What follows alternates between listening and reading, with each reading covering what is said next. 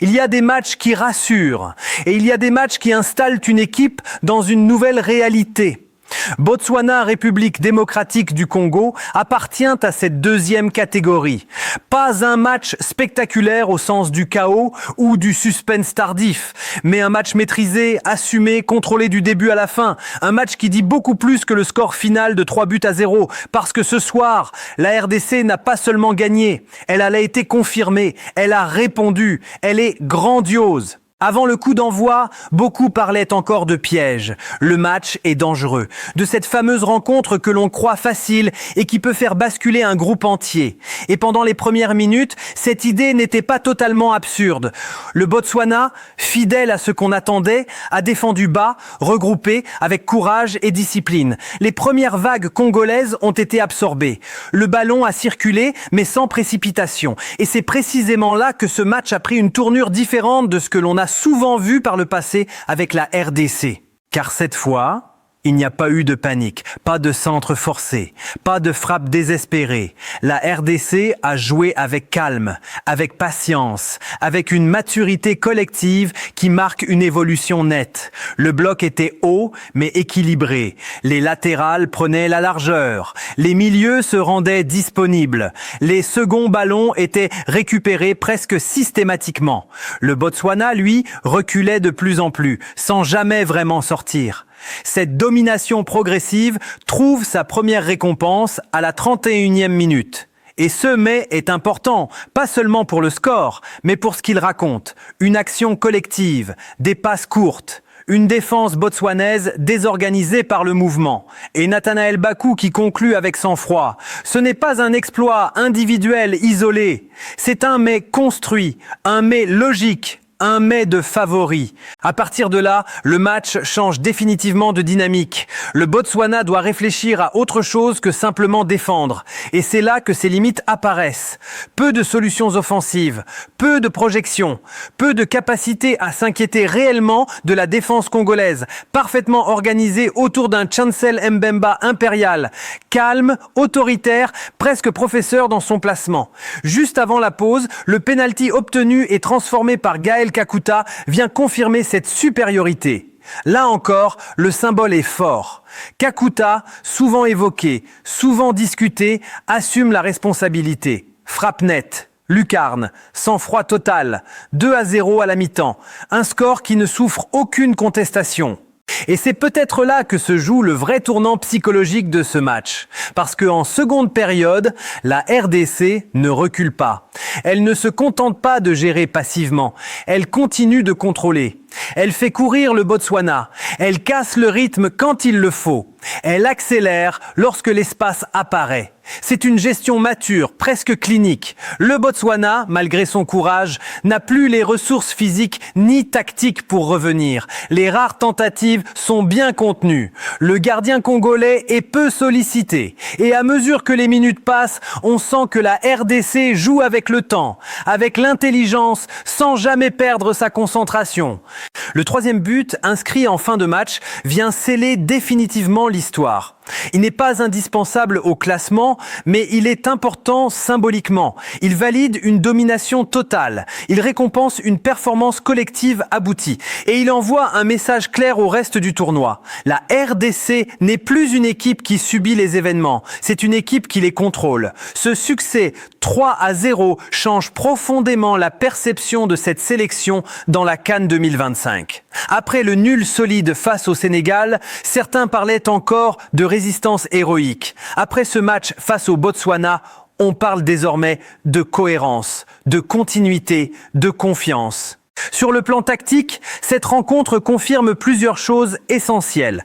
D'abord, la capacité de la RDC à jouer contre un bloc bas. Ce qui était historiquement l'un de ses points faibles devient progressivement une force. Ensuite, la solidité défensive, constante, rassurante, qui permet d'attaquer sans peur. Enfin, la gestion émotionnelle. Aucun moment de panique, aucun relâchement. Une équipe connectée du début à la fin. Mais ce match match dit aussi quelque chose du Botswana. Une équipe courageuse, disciplinée, mais limitée. Une équipe qui a résisté tant qu'elle a pu, mais qui a fini par céder face à une nation plus forte, plus expérimentée, plus complète. Et dans une CAN, il n'y a aucune honte à cela. Au coup de sifflet final, la RDC valide sa qualification avec autorité. Pas dans la douleur, pas dans le chaos, mais avec maîtrise. Et c'est peut-être cela, le plus grand progrès. Ce match n'est pas une fin, c'est une base, une fondation. La suite sera plus difficile, les blocs seront plus agressifs, les adversaires les plus dangereux. Mais ce que la RDC a montré ce soir, c'est qu'elle possède désormais les outils mentaux et tactiques pour exister longtemps dans ce tournoi. Et c'est là que cette victoire prend tout son sens. Quand on s'éloigne du score et qu'on replonge dans la matière du jeu, Botswana-RDC devient un match extrêmement riche à lire. Pas spectaculaire dans le chaos, mais spectaculaire dans la maîtrise. Et c'est précisément ce type de match qui forge les équipes capables d'aller loin dans une compétition comme la Coupe d'Afrique des Nations. La RDC n'a pas improvisé ce succès. Elle l'a construit méthodiquement, presque patiemment, comme une équipe consciencieuse de ses forces, mais surtout lucide sur ce que le match exigeait. D'un point de vue tactique, la première grande réussite congolaise réside dans l'occupation des espaces. Dès les premières minutes, on observe un RDC qui refuse de s'entasser dans l'axe.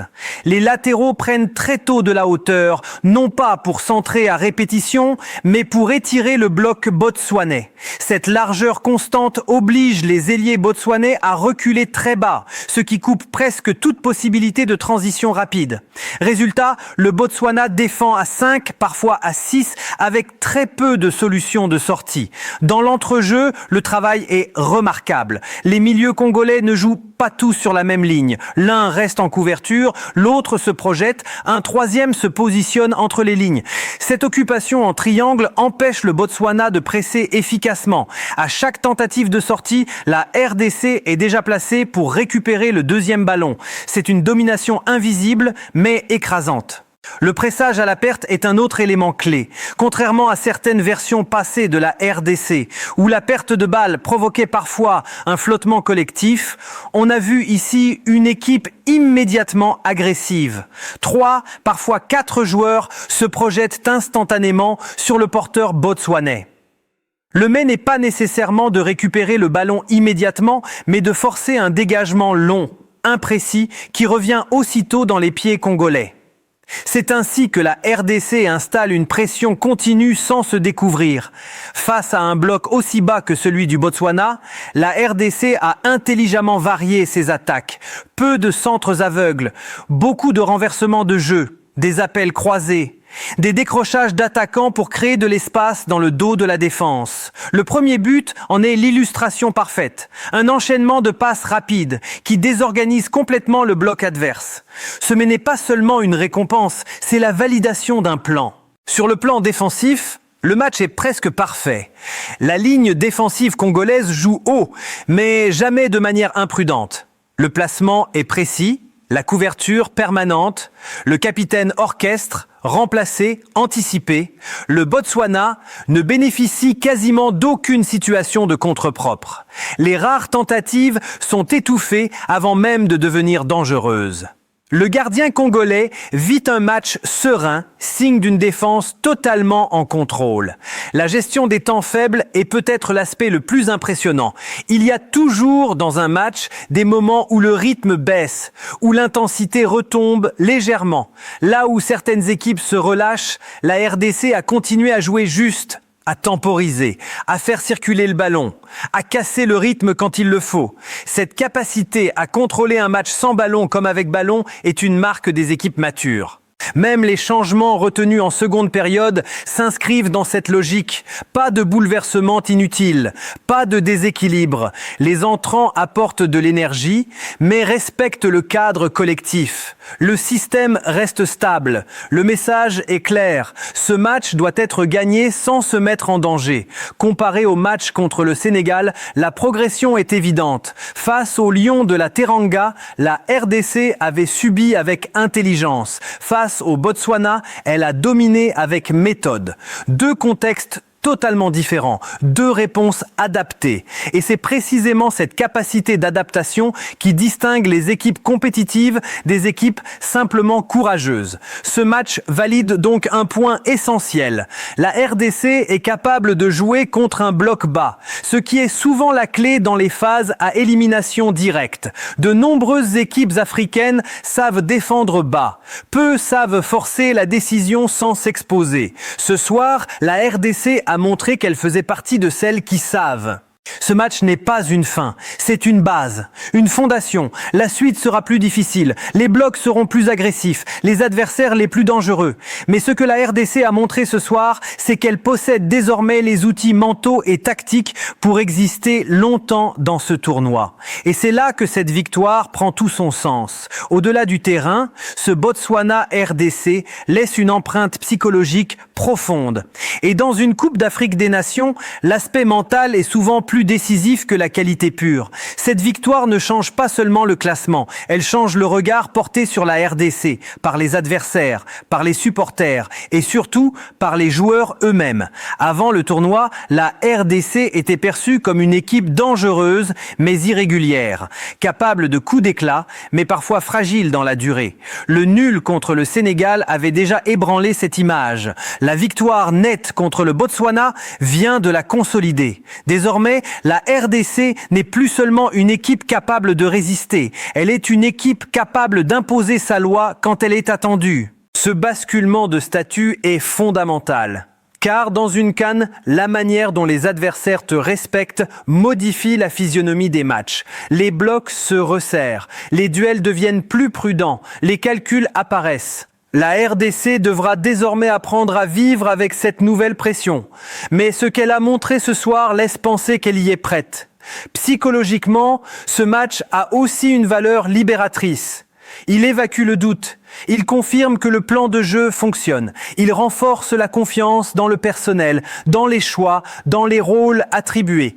Les dirigeants ont assumé. Les jeunes ont répondu présent. Le collectif a primé sur les individualités. Tout cela a construit une dynamique extrêmement positive. Mais attention à l'euphorie. La CAN est une compétition cruelle. Chaque tour éliminatoire remet les compteurs à zéro. Les adversaires à venir seront plus agressifs, plus expérimentés, plus réalistes. La RDC devra conserver cette discipline, cette patience, sans tomber dans l'excès de confiance. Le plus difficile commence souvent après les phases de groupe. Sur le plan des projections, plusieurs scénarios se dessinent. Selon la place finale dans le groupe, la RDC pourrait affronter une équipe très physique ou une équipe plus joueuse. Dans les deux cas, ce qu'elle a montré face au Sénégal et au Botswana lui donne des armes. Contre les équipes de transition, elle sait défendre bas. Contre les blocs compacts, elle sait attaquer. Le point à surveiller sera l'efficacité dans les matchs plus serrés. Les occasions seront moins nombreuses. Les marges plus les amendes. La gestion des émotions, notamment après un premier mais marqué ou encaissé, sera déterminante. Mais là encore, ce match apporte des garanties. La RDC a su marquer sans se désorganiser. Elle a su gérer sans reculer excessivement. Pour les supporters congolais, cette victoire est plus qu'un simple soulagement. C'est une confirmation. Une preuve que cette équipe peut porter leurs espoirs sans trembler. Quand les léopards jouent avec cette rigueur, ce calme, cette intelligence, ils deviennent une nation que personne n'a envie de croiser trop tôt. Ce Botswana-RDC restera comme un match de fondation. Pas un match dont on parlera pour son suspense, mais un match dont on se souviendra pour ce qu'il a installé. Une équipe solide, une équipe disciplinée, une équipe qui avance sans bruit, mais avec une détermination claire. La CAN 2025 est encore longue. Les pièges seront nombreux, les nuits difficiles aussi. Mais ce que la RDC a montré ici, c'est qu'elle possède désormais quelque chose de précieux, la capacité à gagner les matchs qu'elle doit gagner. Et dans une compétition comme celle-ci, c'est souvent la différence entre les prétendants et les simples participants. Ce match n'est pas une fin, c'est une base. Une fondation. La suite sera plus difficile. Les blocs seront plus agressifs, les adversaires les plus dangereux. Mais ce que la RDC a montré ce soir, c'est qu'elle possède désormais les outils mentaux et tactiques pour exister longtemps dans ce tournoi. Et c'est là que cette victoire prend tout son sens.